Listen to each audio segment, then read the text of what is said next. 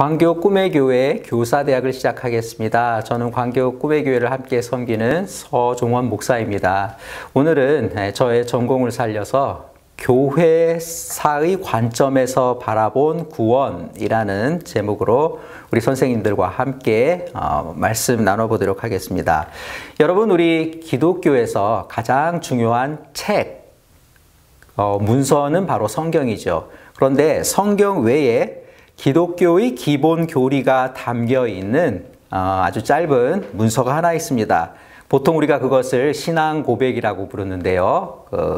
바로 여러분들도 잘 외우고 계시는 사도신경이죠.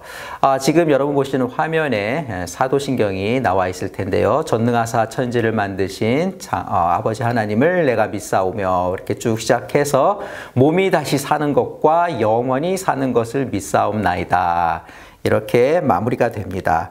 이 사도신경은 우리가 믿는 하나님은 누구신가? 라는 질문에 첫 번째는 초점을 맞추고 있습니다. 그리고 두 번째로는 그러면 그 하나님을 믿는 우리는 누구인가? 그리고 세 번째는 아주 좀 짧은 내용이지만 그 하나님께서 믿는 우리에게 주신 선물이라면 선물이랄까요? 또는 하나님의 약속, 그리고 우리가 하나님으로부터 받은 소망의 내용은 무엇인가? 이렇게 세 가지의 구성을 가지고 있습니다. 우리가 믿는 하나님은 누구십니까? 첫째로 창조주 하나님, 그리고 그 아버지 하나님의 아들 되시는 구원자 예수 그리스도, 그리고 성령님, 이 삼위일체의 하나님임을 사도신경은 우리들에게 말하고 있습니다. 자, 하나님을 믿는 우리는 그렇다면 누구입니까? 우리는 전체로서는 거룩한 공회를 믿으며 라고 말할 때 공회, 거룩한 온 세계에 퍼져 있는 하나님의 백성인 교회를 가리키는 말입니다. 우리는 하나님의 백성인 교회이다. 또한 우리 개개인은 성도입니다. 그래서 성도가 서로 교통하는 것과 교통하는 것을 믿습니다. 라는 말이죠. 그 말은 뭡니까? 우리들이 개개인이 성도지만 서로 교통, 서로 한 몸을 이루어서 성령 안에서 일치하는 그러한 공동체를 이루어야 한다라는 그러한 또한 사명을 담고 있습니다. 자, 그럼 세 번째가 오늘의 주제인 구원론과 관련해서 의미가 있는데요. 하나님이 우리에게 주신 선물은 바로 구원입니다. 또한 약속도 구원입니다. 그리고 우리가 먼 장래에 하나님 나라에서 영광을 누리며 영원히 살게 될 것이다 라는 소망, 이 세 가지를 다 포함한 것이 바로 구원입니다. 자, 그렇다면 사도신경에는 이 구원에 대해서 뭐라고 말하고 있을까요? 길게 나와 있지는 않습니다. 첫째, 사도신경을 통하여 우리가 알 수 있는 구원은요, 우리가 이미 받은, 또 지금도 받고 있는 죄의 용서입니다. 죄를 사하여 주시는 것과 그 말이 나오죠. 그리고 구원은 두 번째로 부활입니다. 사도신경에서는 우리의 몸이 다시 사는 것과, 즉 부활은, 예수님의 부활은 앞에 이미 나왔어요. 여기에 있는 부활은 예수님께서 다시 오실 때 우리가 부활하여서 하나님과 함께 다스리게 될 것이다. 그리고 마지막으로 이 구원은 부활한 그 거룩한 영적인 몸을 입고 우리가 영생할 것이다. 영원히 사는 것을 믿습니다. 이렇게 정리가 됩니다. 그런데 사도신경에 따라서 하나님은 누구시고 그 하나님을 믿는 우리는 누구고 하나님께서 우리에게 주신 구원은 무엇인가에 대해서 정리가 되어 있습니다. 그러나 사도신경에서 우리 기독교의 아주 중요한 교리임에도 불구하고 분명하게 말로 정리되어 있지 않은 내용이 있습니다. 그것은 무엇이냐 하면 바로 구원과 관련된 것인데요. 우리는 그러면 이 구원을 어떻게 하면 받을 수 있나? 굳이 영어로 말한다면 구원은 무엇인가? what에 대해서는 죄 용서, 우리의 몸이 다시 살아나는 부활, 그리고 영원히 사는 영생, 이렇게 말씀하고 있지만, 그렇다면 우리는 어떻게 죄 용서를 받아요? 우리는 어떻게 몸이 부활할까요? 뭐 그건 나중에 문제니까. 이런 것에 대해서, how의 문제에 대해서는 사도신경은 분명히 말하고 있지 않습니다. 왜 그럴까요? 이 사도신경이 적혀질 때, 기록되고 형성될 때에 2세기, 3세기의 초기 교회에서는 어떻게 구원받지라는 문제를 그렇게 특별히 취급하지 않았습니다. 하나님은 누구신가에 대해서 더 많은 관심과 교리적인 어떤 논쟁이 있었기 때문입니다. 자, 그렇다면 우리가 이 사도신경에서 설명하고 있는 구원 또는 구원론에 대해서 이해하기 위해서는 우리들이 몇 가지 아주 중요한 개념들을 좀 정리하고 갈 필요가 있습니다. 첫째로 여러분 파워포인트 화면 보시겠지만 제일 중요한 것이 의입니다. 의, 유스티티아, 영어로는 righteousness 그러죠. 의라는 것은 무엇입니까? 첫째로 의는 하나님이 우리 사람들을 향하여, 그 백성들을 향하여 옳다고 여기시는 것, 옳다고 여기시는 상태를 의라고 말씀드릴 수 있습니다. 따라서 우리는 하나님이 옳다, 이 정도면 합격이다 라는 그러한 판단을 하실 수 있도록 우리 사람들은 나는 하나님을 어떻게 하든지 기쁘시게 해드리려는 그러한 마음을 품고 또 그 마음에서 우러나는 행동을 하게 되겠죠. 이것도 우리가 의라고 말할 수 있습니다. 의의 행동, 의의 행위. 자, 이것과 관련된 대표적인 성경 말씀은 바로 로마서 1장 17절입니다. 복음에는 하나님의 의가 나타나서 믿음으로 믿음에 이르게 하나니 기록된 바 오직 의인은 믿음으로 말미암아 살리라 함과 같으니라. 예, 이런 말씀이 있어요. 또 그리고 아브라함이 하나님을 믿음에 그것이 그에게 의로 여겨진 바 되었다. 예, 이 말씀. 하나님께서는 아브라함의 믿음을 보시고 옳다. 참 하나님 내 마음에 든다. 나를 기쁘게 하는구나. 라고 인정하셨기 때문에 아브라함은 믿음을 통하여 하나님으로부터 의롭다고 여김받고 또 그 믿음이 하나님이 받으실 만한 의가 된 것이죠. 자, 그렇다면 죄는 무엇일까요? 죄는 바로 이 의에 반대되는 개념입니다. 죄는 따라서 하나님이 옳다고 여기시는 것이 의라면 인간의 죄는 하나님이 옳다고 여기지 않는 거예요. 의에 대해서 하나님은 기뻐하신다면 죄에 대해서는 하나님께서는 기뻐하지 않으십니다. 그리고 죄를 의의 반대가 되는 죄를 우리 인간 편에서 행한다면 우리는 어떻게 하든지 하나님께서 받으실 만한 의로운 마음, 의로운 행동을 해야 하는데 우리가 그것을 어떻게 해도 도저히 할 수 없는 그러한 심각한 무기력하고 무능력한 상태에 처해 있습니다. 왜? 한 번 죄를 지으면요, 그 다음에 내가 죄 안 지을 수 있는 게 아닙니다. 사람은 그 죄의 노예가 되어서 계속적으로 같은 죄를 반복하게 되는 것이죠. 그래서 스스로는 죄를 짓고 싶지 않아도 더 이상 죄를 끊을 수 없는 그러한 상태까지 빠지고 마는 것입니다. 자, 그렇다면 의가 이러하고 죄가 이러하다면 구원은 무엇일까요? 구원은 바로 말씀드려서 바로 의의 다른 표현이라고 말할 수 있겠습니다. 하나님이 우리 사람을 또 나를 향하여 옳다고 여기시고 내 가운데서 하나님께서 기뻐하실 만한 것을 찾으시는 것. 그러한 하나님을 기쁘시게 해드릴 수 있는 인간이 그 상태가 되는 것이 저는 구원이라고 그렇게 설명드리고 싶습니다. 그렇게 한번 하나님의 마음에 들 뿐만 아니라 또 계속해서 하나님 앞에서 의로운 사람으로 설 수 있는 것. 그것이 구원이고요.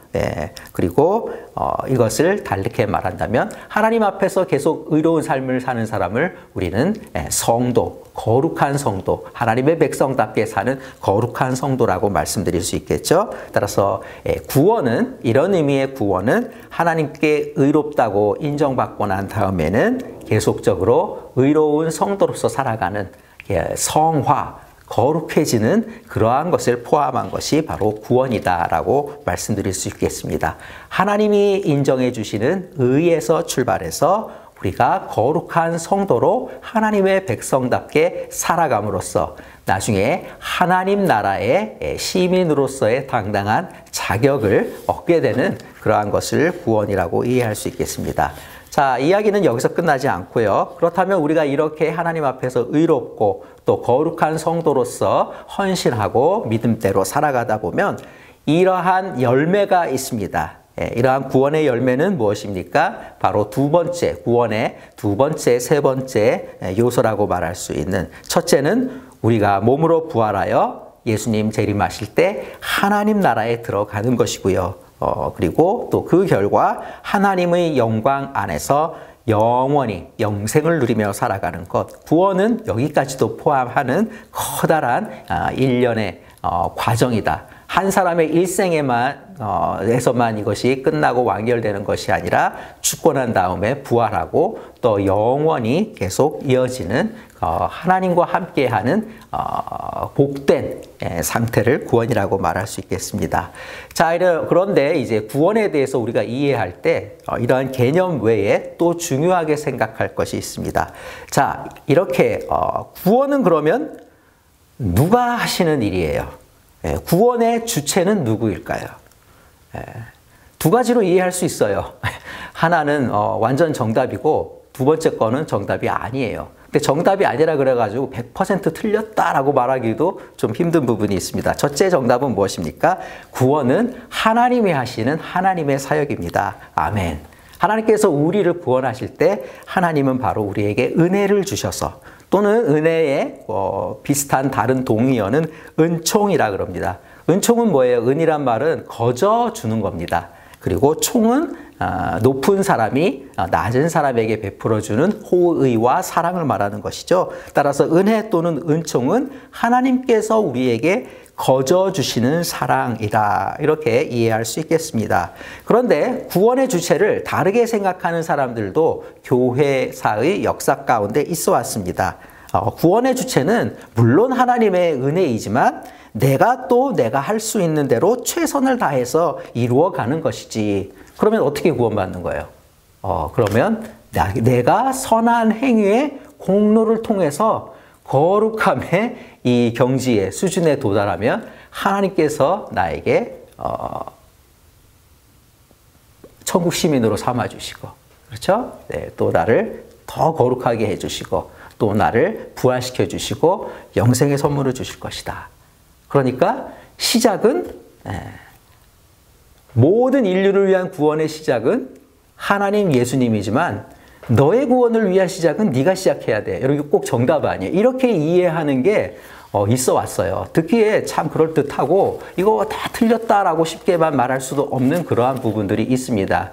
교회사 안에는 크게는 가장 중요한 주체는 하나님의 역사다. 하나님께서 먼저 시작하시고 하나님께서 우리로 은혜를 통하여 우리를 구원하시는 하나님의 주도성, 하나님의 인도하심, 하나님의 이끌어가심이 가장 중요한 원인이지만, 또한 두 번째로는 너의 구원은 너가 최선을 다해서 이루어야 해. 여러분, 제가 두 번째로 말하는 것이 꼭 맞는 교리는 아니에요. 그러나 이렇게 생각해온 사람들이 있었고 지금도 이렇게 주로 강조하고 가르치는 교회들도 없지 않아 있어요. 그래서 여러분들께 말씀드립니다.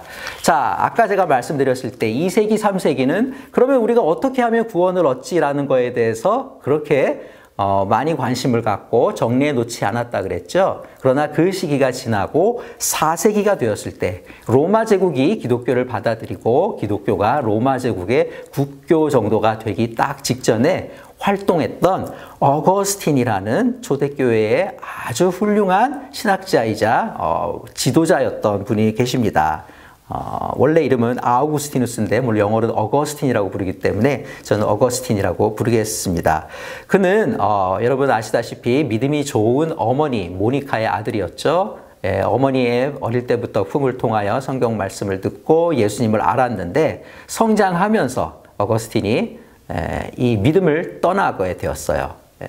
마니교라는 이단교에도 발을 붙였다가 또 당시에 똑똑한 젊은이들이 사는 대로 출세에 대한 꿈을 꾸고 또 때로 타락하고 방탕하고 그러면서도 아주 똑똑한 젊은이였기 때문에 수사학을 가르치는 교수로서 출세하는 그러한 꿈을 꾸고 이탈리아의 로마로 가게 되고 또 로마에서 더 북쪽에 있는 밀라노라는 곳을 가게 되었습니다. 그의 나이가 30세가 되었을 때 밀라노에 있는 교회를 찾아갔다가 그곳의 목회자인 암브로시우스 감독님을 만나게 됩니다.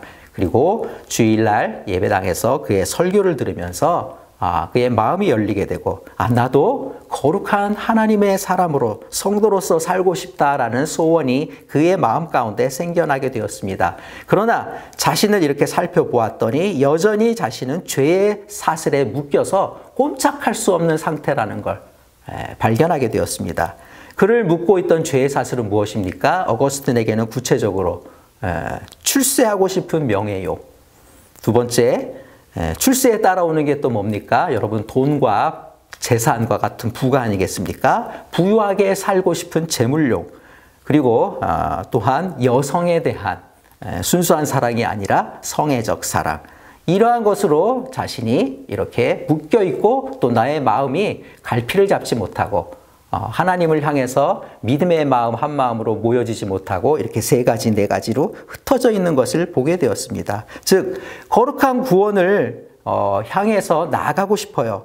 그러나 나는 여전히 죄의 사슬에 묶여있는 영적으로 무기력한 상태. 이게 바로 죄라고 말씀드렸죠. 영혼이 병들어 있는, 하나님을 기쁘시게 하고는 싶지만, 믿고 싶지만, 거룩한 성도로서 살고 싶지만 세상에 너무나 좋은 것들이 많고 세상을 향한 나의 기대와 꿈을 아직 내려놓지 못해서 영적으로 하나님을 기쁘시게 해드릴 일을 할 수 없는, 그러한 결단을 할 수 없는 무기력한 상태였습니다. 그렇게 한 2년 정도가 지나고 있는데 32세가 되었을 때에 우연한 기회에 성경 말씀을 읽게 되었습니다. 펴서 읽는 순간 그의 마음 가운데 하나님의 말씀과 성령을 통한 감동이 임하면서 거룩한 삶을 살고 내 자신을 하나님께 바치겠습니다 라는 결단을 하게 되죠. 이것을 보통 어거스틴의 회심, 하나님을 향하여 거룩한 구원을 향하여 마음을 돌이켰다라는 뜻입니다. 네, 따라서 어거스틴은 이렇게 자기가 하나님을 믿게 되었던 이 과정들을 나중에 고백록이라는 책으로 잘 적어냅니다. 따라서 그가 이해하는 구원은 바로 이것입니다. 어거스틴, 또 대부분의 사람도 마찬가지입니다. 나 스스로는 하나님께서 기뻐하시는 의를 나도 좋아하고 그것이 중요하다는 걸 알고 그렇게 살고 싶지만 그것을 결단할 수 없는, 선택할 수 없는 무기력한 죄의 상태에 빠져 있었어요. 그러나 하나님께서 은총으로 나에게 먼저 다가오셔서 이끌어 주신다는 거죠. 그러니까 어거스틴은 구원은 1번 하나님이 하시는 일이다. 여기에 동그라미를 치는 경우입니다. 그리고 하나님께서 나의 마음에, 나의 영혼에 그 하나님의 은총을 부어주셔서 머뭇거리고 있는, 병들어 있는, 죄에 묶여 있는 나의 마음의 의지까지도 변화시켜 주셔서 이제 하나님을 사랑하고 내 자신을 하나님께 헌신하는 그러한 결심을 할 수 있도록 이끌어 주신다는 거죠. 하나님은 나의 의지를 변화시킨다는 겁니다. 그래서 하나님이 기뻐하시는 믿음의 선택, 의의 선택을 할 수 있게 되었습니다. 다시 정리하자면 어거스틴이 이해한 것은 뭡니까? 구원은 하나님의 은총이 주체가 되어 먼저 이끌어 가시는 하나님의 사역입니다. 그런데 나는 그건 뭘 해요? 내가 시작하는 것은 아니지만 하나님께서 우리가 비유적으로 은총이란 손을 통해서 나를 이끌어 주실 때 나는 그 하나님의 은혜의 손을 잡아요. 나의 마음의 결단, 바로 나의 의지를 통하여 나의 자유의지가 이때는 죄의 사슬로부터 하나님의 은혜에 의해서 풀려나서 이제 하나님을 반응할 수 있고 하나님께 믿음으로 의의 선택을 할 수 있는 이 정도로 하나님께서 회복시켜 주신다는 거예요. 그래서 어거스틴은 하나님의 은총이 모든 과정을 이끌어가지만 매 과정마다 나는 또한 하나님께서 고쳐주신 나의 마음의 결단, 즉 자유의지를 통하여 하나님이 이끌어 가시는 은총에 협력하여야 한다라고 이렇게 정리하였습니다. 그의 이 생각은 여러분 PPT 화면에서 보여지는 것처럼 아주 짤막한 금언과 같은 것으로 정리되어 있습니다. 우리 없이 우리를 창조하신 하나님은 우리 없이 우리를 구원하지는 않으신다. 우리가 있어야 하나님께서 구원하신다는 얘기는 우리의 자유의지, 온전한 사람으로서 우리가 회복된 우리를 통하여 함께 구원의 역사를 이루어 가신다는 것입니다. 자, 어거스틴은 이렇게 초대교회의 구원을 잘 정리해 주었는데 어거스틴 이후에 중세 가톨릭 교회는요, 그것을 살짝 변형시켜서 이해하게 되었습니다. 왜 그러냐 하면 여러분 중세의 유럽은 모든 사람들이, 대부분의 사람들이 다 아기 때 태어나자마자 세례를 받고 다 그리스도인이 되는 기독교 사회였어요. 매주일 교회 나가지 않아도 교인이 아닌 사람이 하나도 없는 상태였습니다. 그렇기 때문에 그 사회에 살고 있는 사람들은 어쨌거나 하나님의 중요한 구원의 은혜를 다 받았다라고 사람들은 그렇게 전제한 거예요. 따라서 모든 사람에게는 하나님을 기쁘시게 하는 능력인 구원의 의가 이미 있다라고 생각했어요. 그러니까 우리가 구원받기 위해서는 그 다음 단계, 하나님께서 너에게 주신 하나님을 기쁘시게 해드릴 수 있는 믿음의 결단과 선택을 할 수 있는 그 능력을 계속 발휘해서 하나님이 기뻐하시는 선한 행위, 선한 행위를 계속하고 공로를 계속 쌓아가면 하나님께서 너를 거룩하게 하실 것이고 너도 또한 거룩해지고 그 다음에 하나님은 너에게 영생을, 천국에서의 삶을 선물로 주실 것이다. 이러한 생각을 아주 경구와 같이 또 잘 정리해 준 말이 있죠. 자기 안에 있는 최선의 것을 하는 자에게 하나님은 은총을, 무슨 은총이에요? 거룩하게 하시고 구원하시고 영생을 주시는 그 은총을 거절하지 않으신다. Facienti quod inse est. 여기까지가 자기 안에 있는 최선의 것을 다하는 자에게 Deus non denegat gratiam. 하나님은 거절하지 않으신다. 은혜를. 이 말은 결국 뭡니까? 너 이미 세례받았고 너의 안에 태어날 때부터 하나님께서 의를 주셨으니까 너가 할 수 있는 최선의 것을 해. 네가 먼저 시작해. 그러면 하나님께서 너의 그 최선에 하나님께서 보답, 보상해 주실 거야. 여러분 이렇게 되면 결국 어떻게 되는 거예요? 하나님이 맨 처음 시작한다고 말은 하지만 실질적으로 너의 구원은 너의 문제가 되는 거예요. 너가 먼저 시작하는 것이고 너가 최선을 다하는 것에 달려있는 것이니까 되는 거죠. 따라서 구원의 주체는 실질적으로는 하나님이 아니라 내 자신이 되는 겁니다. 최선을 다해야 할 너. 그리고 구원은 또는 천국의 영생을 중세 사람들은 천국에 가서 지옥에 멸망하지 않고 천국에 가는 것을 주로 구원 말하면 그 생각을 했거든요.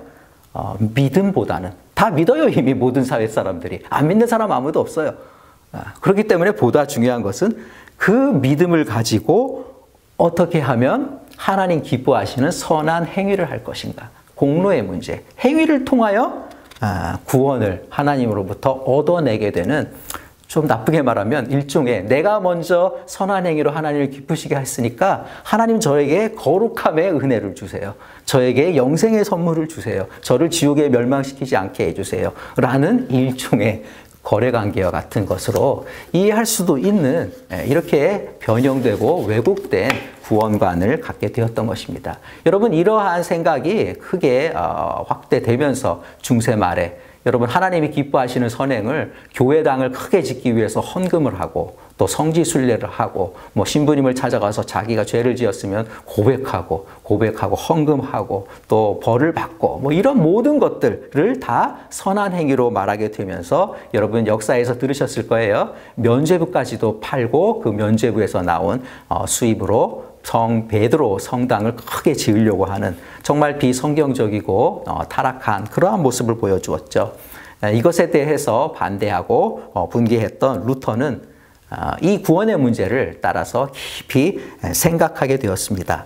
루터는 수도사였던 사람입니다. 맨 처음엔 수도사로서 자기도 가톨릭 교회가 가르치는 대로 선한 행위를 통해 구원의 은혜를 받을 수 있다고 믿고 교회가 제시하고 제안하는 모든 선한 행위들을 다 했어요. 여기서 선한 행위는 뭐 다른 사람을 도와주고 하는 그런 봉사와 구제보다는 가톨릭 교회가 말하는 거룩한 예식들, 성사들, 죄를 지었을 때는 그때마다 고백서, 고해를 하고 또 매번 미사에 참여해가지고 하면 그것도 공로가 된다라고 생각했었던 것이죠. 그러나 루터는 그렇게 하나님이, 교회가 말하는 하나님이 기뻐하시는 성사를 많이 했는데도 내 마음 가운데에는 구원의 확신이 드는 것이 아니에요. 오히려 마음이 걱정과 불안이에요. 아, 내가 모든 죄를 생각나는 기억나는 것들을 다 고해 신부님께 고백했다고 생각하는데 내가 잊어버리고 고백 못한 것이 있으면 어떡하지? 그러면 나는 그것 때문에 결국 용서받지 못하고 멸망받고 지옥에 떨어지게 될 텐데. 이런 불안감이 엄습하는 것이었습니다. 그래서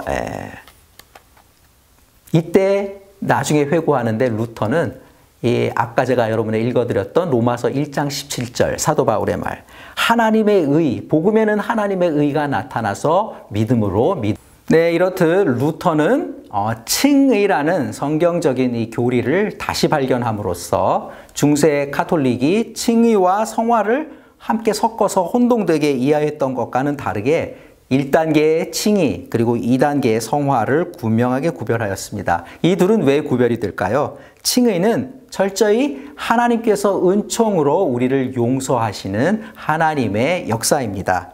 따라서 우리가 죄인임에도 불구하고 하나님께서 은혜로 우리를 의롭다 인정해 주시는 것이죠.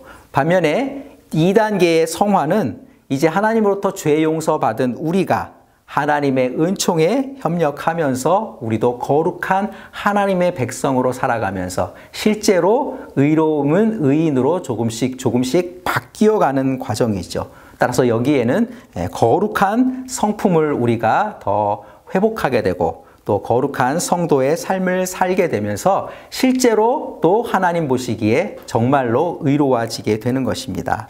자, 그렇다면 이러한 질문을 던질 수 있어요. 이 성화의 구원, 2단계의 구원은 죄에서 풀려난 우리의 자유의지가 하나님의 은총과 함께 협력하며 이루어가는 것일까요? 여기에 대해서 어거스틴이라면 그렇다, 예스라고 대답했을 거예요. 그러나 루터는 아니다라고 대답합니다. 왜? 우리의 자유의지가 죄의 사슬로부터 풀려나기는 했지만 우리가 우리의 구원을 위하여 능동적으로 할 수 있는 그러한 상태는 아니다라고 봤어요. 루터는 우리의 의지는 자유의지가 아니라 여전히 무기력한 상태에 있는 노예의 의지다 그랬어요. 구원받은 사람, 죄를 용서받은 사람도 어느 순간 마귀 사탄이 우리의 마음을 지배하면 죄를 짓는 쪽으로 가죠.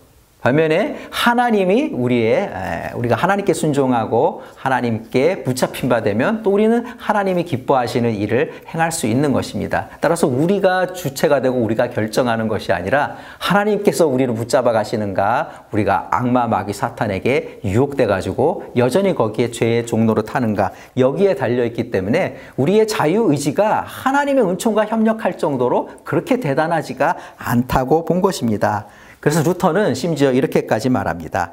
인간은 칭의, 죄 용서의 구원을 받고 난 다음에도 하나님 보시기에는 예수님의 십자가 은혜로 우리를 의인이라고 보아주시지만 실제로는 또 죄를 짓고 살아가기 때문에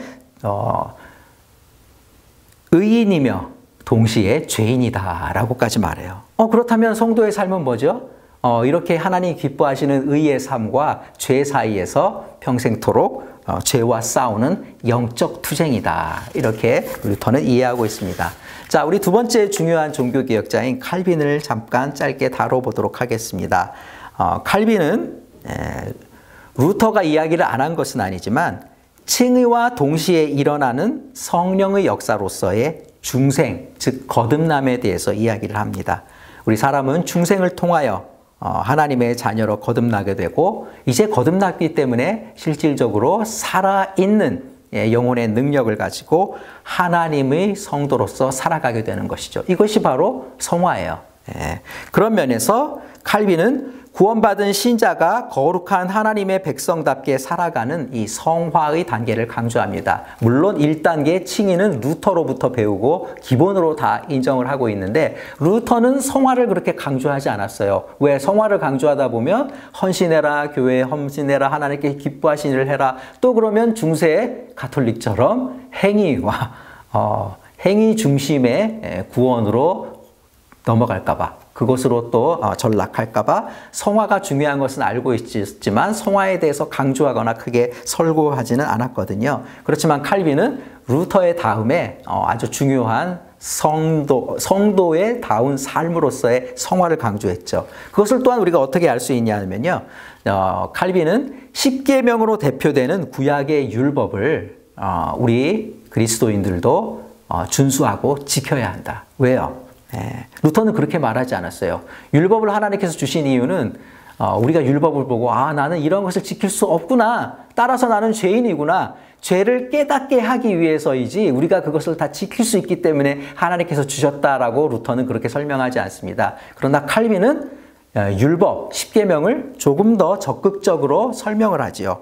우리 신약의 그리스도인들이라 할지라도 십계명을 포함한 율법, 구약 성경을 읽을 때 하나님께서 우리에게서 찾으시는 의, 우리가 어떻게 하면 하나님을 기쁘시게 하여 드릴 수 있는가를 그 율법, 십계명을 통하여 알게 되기 때문에 그것을 통하여 하나님을 기쁘시게 해드리는 거룩하고 선한 성도의 삶을 사는데 율법은 우리들에게 그 길을 보여준다라고까지 아주 적극적으로 설명하고 있습니다.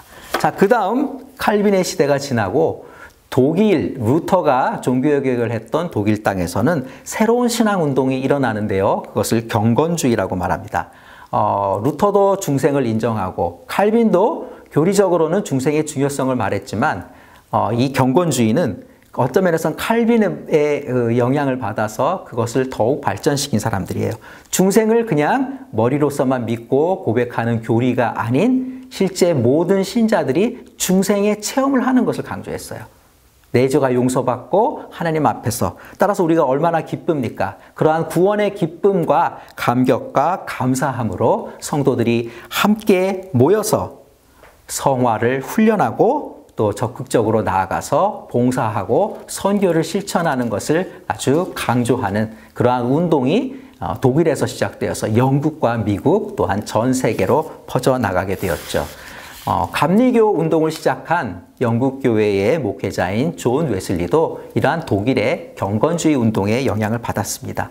따라서 그는 경건주의와 마찬가지로 칭의의 토대 위에 루터가 발견해 놓은 칭의의 교리 위에 중생을 체험적인 어떤 사건으로서 강조하고 또 칼빈과 마찬가지로 성도다운 성화의 삶이 우리 구원의 아주 중요한 내용이라는 것을 강조하죠.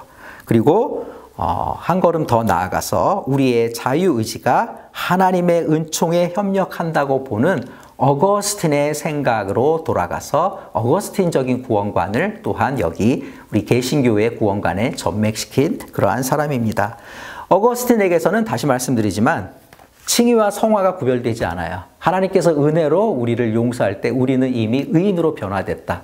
따라서 우리는 그 의인, 갓난아기와 같지만 그 의인의 상태에서 계속적으로 의롭고 선하게 하나님을 기쁘시게 해드리는 성화로 나아간다. 의화. 천주교는 그래서 그것을 우리는 칭이라고 말하지만 실제로 의로워진다. 세례받을 때, 죄 처음 용서받을 때, 그리고 그 의화가 곧 거룩한 하나님의 백성이 되는 성화와 같다라고 봅니다. 그렇지만 칭의와 성화를 나누는 것을 루터라 그랬어요.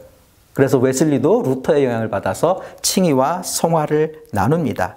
그리고 중생과 성화를 강조하는 칼빈과 경건주의의 영향이 있고 그리고 이 성화의 과정 속에서 하나님께서 이끌어 가시는데 나는 아무것도 하지 않고 그냥 내맡겨드리는 그러한 수동적인 순종이 아니라 나의 자유의지를 하나님께서 내 죄를 용서하시고 죄의 사슬에 묶여 있었던 나의 자유의지를 풀어주셨을 때 이 나의 자유의지를 죄 짓는 데 쓰지 아니하고 믿음의 선택을 해서 하나님을 기쁘시게 하여 드리는 이것을 향해서 하나님께서 물론 은총으로 항상 먼저 역사해 주시고 성령을 통하여 감동하실 때 우리는 의지적으로도 결단하면서 하나님의 그 뜻을 이루어드리고 하나님을 기쁘시게 하여 드리는 일에 나아가야 한다라고 본 것이죠. 그리고 어거스틴보다 한 걸음 더 나간 것이 있어요.